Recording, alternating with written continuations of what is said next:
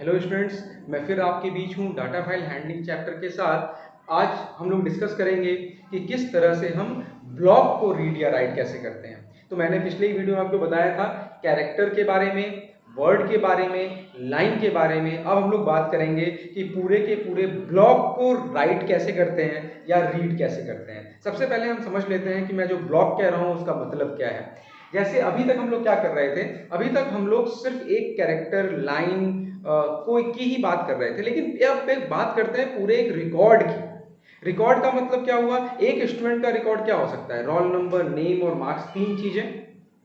तो इसको स्ट्रक्चर में हम रख सकते हैं, या तो आप क्लास में देखेंगे तो क्लास में पब्लिक और प्राइवेट पार्ट होता है। तो प्राइवेट में हम जितना डिक्लेरेशन होता है वो करते हैं, जिससे आईएनटी रोल, आईएनटी नेम, कैर नेम, आईएनटी मार्क्स हमने रख दिया। तो यानी तीन वेरिएबल का एक रिकॉर्ड बन गया, एक स्टूडेंट का रिकॉर्ड, एक बैंक में एक जो भी कस्टमर है उसका रिकॉर्ड। तो ये सारे एक रिकॉर्ड्स हैं और हम रिकॉर्ड्स में ही काम करते हैं। तो हम रिकॉर्ड को कैसे राइट कर सकते हैं? तो रिकॉर्ड दो तरीके से क्रिएट कर सकते हैं अपने सी प्लस प्लस में।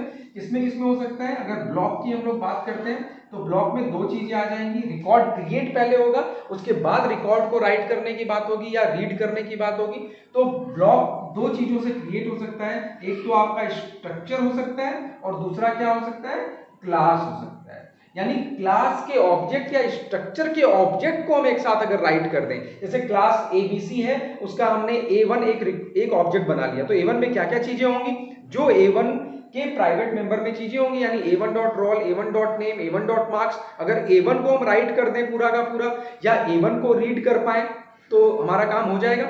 इसी तरह से स्ट्रक्चर कोई बना हुआ है, वहां पर भी अगर हमने कोई ऑब्जेक्ट बना लिया, स्ट्रक्ट रिकॉर्ड जैसे बनाया था हमने, तो रिकॉर्ड में क्या हो जाएगा? आपका रिकॉर्ड का हमने R1 बना लिया। R1 में क्या चीजें हैं? मान लो उसके अंदर, स्ट्रक्चर के अंदर रोल, नेम और मार्क्स ही है। तो R1 dot roll, R1 dot name, R1 dot marks अलग अलग राइट करने से अच्छा है कि हम लोग R1 को ही राइट कर दें हम। तो सबसे पहले हमें ये समझना होगा कि ये ब्लॉक कैसे हम राइट करते हैं। तो उम्मीद है आपको समझ में आ रहा होगा कि हम ब्लॉक का मतलब क्या है, यानी एक स्ट्रक्चर का ऑब्जेक्ट या एक क्लास का एक ऑब्जेक्ट एक साथ हम कैसे राइट कर सकते हैं, ये हमें यहाँ पे जानना है। तो ऑब्जेक्ट को कैसे राइट करेंगे यही हमें देखना है, या रीड कैसे करेंगे। तो इसके लिए हमें एक चीज, दो फंक्शंस हमारे पास हैं, एक है रीड और एक है राइट। ठीक है, तो इसका सिंटेक्स देख लेते हैं हम लोग। सिंटेक्स क्या कहता है इसका? सिंटेक्स जान लीजिए, बहुत ही सिंपल है। Read char star address of object का नाम, कॉमा साइज ऑफ, उसी ऑब्जेक्ट का नाम लिख दीजिएगा जो कि यहाँ पे f1 डॉट, एफ स्ट्रीम का अगर हमने f1 बनाया है तो f1 dot read char star address of s1 size of s1। इसमें बदलेगा क्या? सिर्फ जो ऑब्जेक्ट में आप चीजों को रीड या राइट करना चाहते हैं। अगर s1 में चीजें आ गई हैं, यानी s1 डॉट गेट डाटा, मान लो तुमने कॉल कर लिया, s1 डॉट गेट डाटा में रोल, नेम और मार्क्स इनपुट हो गया है। ठीक है, रोल में 1 आ गया, नेम में रोहन आ गया, मार्क्स में 25 आ गया। ठीक है, इसको हमें अब राइट कर देना है, यानी S1 को राइट करना है। तो हम क्या लिखेंगे? F1 dot right, same syntax है, char star address of S1 size of S1। ठीक है, तो रीड और राइट के लिए सेम सिंटेक्स है। राइट करना है तो राइट फंक्शन यूज होगा, रीड करना है तो रीड फंक्शन यूज होगा। S1 में चीजों को आप ले लीजिए, जैसे S1 डॉट गेट डाटा में हमने ले लिया, और उसके बाद क्या कर सकते हैं हम लोग? उसको सिर्फ एक लाइन से राइट कर सकते हैं। और रीड करना होगा 1 बाई 1, तो S1 में चीजें आ जाएंगी, 1 बाई 1 आ जाएगा, और रीड करते जाइए, और जो आपको चेक करना है चेक कर लीजिए इसको। और ये सिंटेक्स अगर आपको समझ में आ रहा है तो मैं थोड़ा सा आपको और समझाता हूं कि किस तरह से ये काम करता है। जैसे क्वेश्चंस कैसे आते हैं आपको ब्लॉक से रिलेटेड? क्वेश्चंस आते हैं, जैसे मान लेते हैं कि ये एक बड़ा सा एक क्लास है जिसमें बहुत सारे, जैसे आपके स्कूल में एक क्लास होता है, क्लास 12th है ये मान लेते हैं। तो क्लास 12th के अंदर सारे स्टूडेंट्स हैं और हर स्टूडेंट एक ऑब्जेक्ट है। एक ऑब्जेक्ट का कई सारा डिटेल है। एक ऑब्जेक्ट, पहला रोल नंबर स्टूडेंट होगा, उसके ये मान लेते हैं पहला स्टूडेंट है, ये दूसरा स्टूडेंट है, ये तीसरा स्टूडेंट है। इस तरह से कई सारे स्टूडेंट्स होंगे, तो इसका अपना अपना, इस ऑब्जेक्ट का अपना डिटेल होगा। इसका रोल हो सकता है, नेम हो सकता है और मार्क्स हो सकता है। इसका भी रोल होगा, नेम होगा और मार्क्स होगा। इसका भी रोल होगा, नेम होगा और मार्क्स होगा। तो ये हो गया पूरा का पूरा क्लास जिसका नाम है स्टूडेंट। आपसे क्वेश्चन पूछा जाता है कि रोल नंबर 5 का मार्क्स देखना है हमें, ठीक है। तो रोल नंबर एक क्लास में 1 से लेके 40 तक होता होगा, तो हमें क्या करना होगा, यहाँ पर हमें एक ऑब्जेक्ट जो हमने S1 लिखा हुआ था, इस S1 में एक एक करके इसको रीड करना होगा। यहाँ कितने बॉक्सेस होंगे, यहाँ पे 40 बॉक्सेस होंगे, अगर 40 स्टूडेंट है तो 40 बॉक्सेस होंगे। 1 बाय 1 हमें इसे S1 एक ऑब्जेक्ट है, इसमें रीड करना होगा 1 बाय 1, और उसके बाद हमें चेक करना होगा कि क्या भाई उसका रोल नंबर 5 है क्या। अगर उसका रोल नंबर 5 होगा तो हम उसका मार्क्स दिखा देंगे, अगर रोल नंबर 5 नहीं होगा तो 1 बाय 1 हम रीड करते चले जाएंगे, ठीक है। तो पहले वाले को क्या करेंगे, हमें रीड करना है, तो पहले वाले को रीड करके S1 में ले आएंगे। कैसे लाते हैं ये हम लोग ये प्रोग्राम में देख लेंगे, पहले कॉन्सेप्ट समझ लीजिए आप। इस पहले वाले ऑब्जेक्ट को रीड करके हम यहाँ पे ले आएंगे, तो क्या क्या आ जाएगा, मान लो पहले वाले का रोल नंबर यहाँ पे 1 होगा, यहाँ पे कुछ उसका नेम होगा और उसका मार्क्स होगा, ठीक है। तो हमें बताया गया है कि हमें रोल नंबर 5 का डिटेल दिखाना है या मार्क्स दिखाना है। तो रोल नंबर 5 किसी वेरिएबल में होगा, मान लेते हैं वो R में है, ठीक है, और यहाँ इसका जो वेरिएबल है इसका नाम है roll। तो हम क्या चेक करेंगे, क्या S1 dot roll equal to R है क्या, R की वैल्यू क्या है 5, S1 dot equal to R है क्या, अगर होगा तो हम क्या कर देंगे, S1 डॉट शो कर देंगे। डिटेल अगर दिखाना है S1 का, S1 डॉट शो कर देंगे। अगर नहीं होगा तो फिर नेक्स्ट वाले को चेक करेंगे, फिर ये चीजें आ जाएंगी इसमें। इसका मान लो रोल नंबर 2 हुआ इसमें, तो यहाँ पे 2 आ जाएगा, S1 dot roll equal to, यहाँ पे क्या आ जाएगा 2 इक्वल टू 5 तो नहीं है, कंडीशन फॉल्स हो जाएगा, फिर नेक्स्ट वाले को रीड करेंगे। इस तरह से कब तक रीड करते चले जाएंगे, जब तक कि हमें S1 dot roll equal to R नहीं मिल जाता, ठीक है। तो इस तरह से हम क्या कर सकते हैं, 1 बाय 1 ऑब्जेक्ट को एक किसी ऑब्जेक्ट में रीड करेंगे और चेक करेंगे कि भाई उसका रोल नंबर है क्या। तो ये हमने रोल नंबर का एग्जांपल दिया है, कोई कैमरे का मॉडल नंबर है, उसका डिटेल लिखा हुआ है मान लो, तो हमें कैमरे का मॉडल नंबर चेक करना होगा। कोई PNR नंबर है रेलवे में, तो PNR नंबर चेक करना होगा। कोई बैंक में अकाउंट नंबर है, अकाउंट नंबर चेक करके डिटेल दिखाना होगा। इस तरह से हम पूरे के पूरे ऑब्जेक्ट को रीड और राइट फंक्शन से लिख करके हम दिखा सकते हैं। कुछ देखिए क्वेश्चन ऐसा ही दिखाई देता है आपको। क्वेश्चन क्या कहता है, जैसा कि मैंने अभी बताया आपको, write a function in C++ to search for a camera from a binary file camera.dat containing the object of class camera. The user should enter the model number. User क्या इंटर करेगा, सिर्फ मॉडल नंबर इंटर करेगा, and the function should search and display the detail of camera, ठीक है। कैसा दिखाई देगा आपका, यानी एक ऑब्जेक्ट में डिटेल क्या क्या होंगे। क्लास कैमरा के अंदर क्या होगा, long model number, float megapixel, INT zoom, 3 detail मिलके एक ऑब्जेक्ट बन रहा है। और इसके अंदर फंक्शन है इंटर डिस्प्ले और एक गेट मॉडल नंबर है जो कि मॉडल नंबर रिटर्न करता है उस ऑब्जेक्ट के नाम के साथ। अगर गेट मॉडल नंबर कर देंगे तो मॉडल नंबर रिटर्न कर देगा।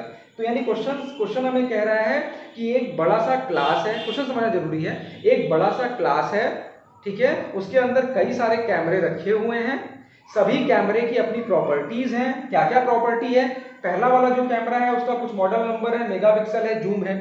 दूसरा जो कैमरा है उसका कोई मॉडल नंबर है, मेगापिक्सल, जूम है।